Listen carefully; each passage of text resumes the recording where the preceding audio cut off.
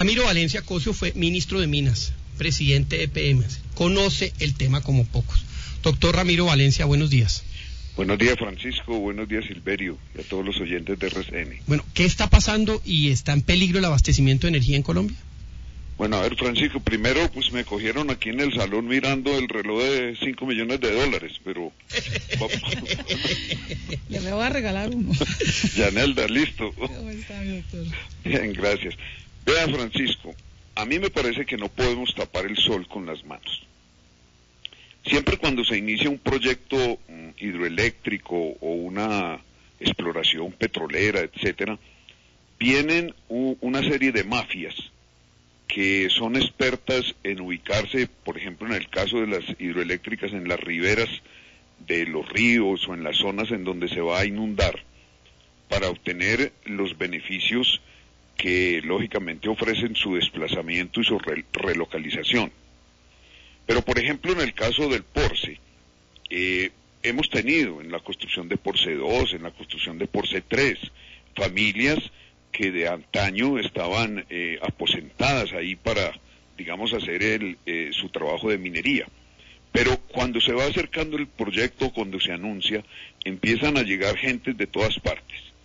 Ese es un fenómeno que se ha manejado más o menos bien, las autoridades en tiempos anteriores habían actuado, pero ahora a eso se suman los paramilitares, la minería ilegal, se suma el narcotráfico, y entonces más esas mafias especializadas, y los avivatos, porque también en los municipios que van a ser afectados en sus tierras, pues hay vivos, exconcejales, exalcaldes, en fin, gente de la población que pagan para que vengan gente y se aposente ahí, y entonces puedan ser indemnizados por la empresa que va a acometer el proyecto.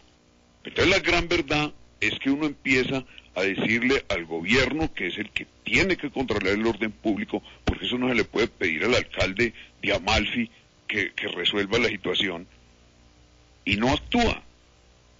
Ese es el gran problema y esa es la gran verdad. Doctor Ramiro, usted dice que el gobierno nacional no actúa. ¿Cuáles son los mecanismos que tiene el gobierno nacional para actuar y que no actúa?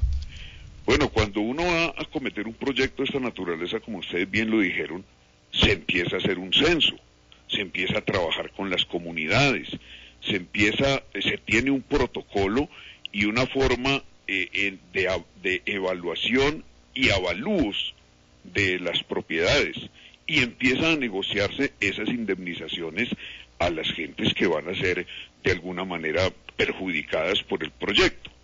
Pero cuando empieza a llegar este otro tipo de gentes, pues claro, lo que uno hace es pedirle protección al gobierno. Y si el ejército, digamos, no garantiza, el gobierno nacional, que es el que tiene que dirigir el orden público, no garantiza ese orden público y esa posibilidad de que el proyecto se haga, pues lógicamente es muy difícil. Por ejemplo, en el caso de Porce 4, esos 15.000 personas de que ustedes hablaron, que es una cifra correcta, que se asentaron, de ellas unas 12.000 irregularmente, pues tienen que ser indemnizadas. Y se indemnizan a todas ellas, le costaba a EPM $300 millones.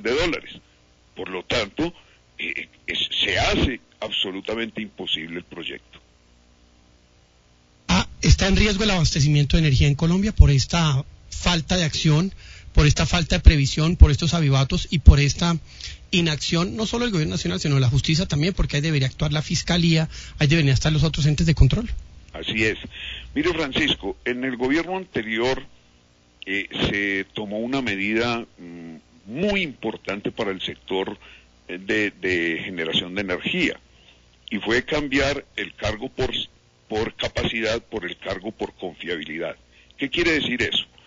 Que cuando se hacen las subastas, un estudio previo del gobierno dice cuál es la energía que va a necesitar el país en el 2014, en el 2016, en el 2018, con las proyecciones que se tienen. Entonces se le dice a los generadores, a los que hay y a los que puedan venir, mire, vamos a subastar esta energía.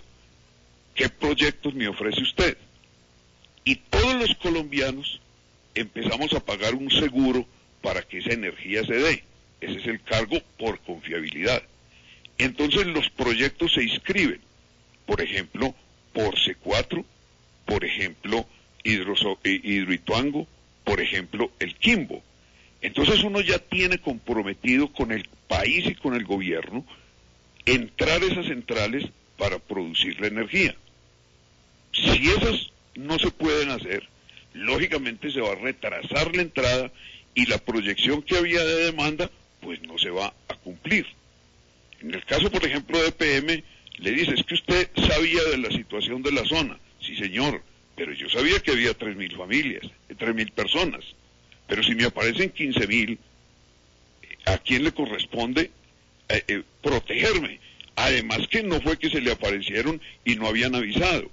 Siempre Empresas Públicas había ido pidiéndole al gobierno que actuara. Mire lo que pasó en Quimbo. Hombre, todos sabíamos que iba a haber una movilización. ¿Por qué el ejército y las autoridades no se tomaron los alrededores de los campamentos y del sitio donde se iba a hacer la desviación, el túnel de desviación del río? Sino que dejaron crear el problema. ¿Qué pasó con los campos rubiales? Supimos qué pasó, pero no actuó preventivamente la autoridad. Entonces, lógicamente los empresarios están preocupados, están hartos, no hay seguridad jurídica. Miren, ustedes acaban de decirlo, hasta Petro empieza a intervenir y a investigar lo del Quimbo, cuando hay un proceso de licencias que se cumplen. Una empresa tan seria como Ingesa, no puede ser. Entonces, ese es el desánimo, que no es una percepción, es una realidad.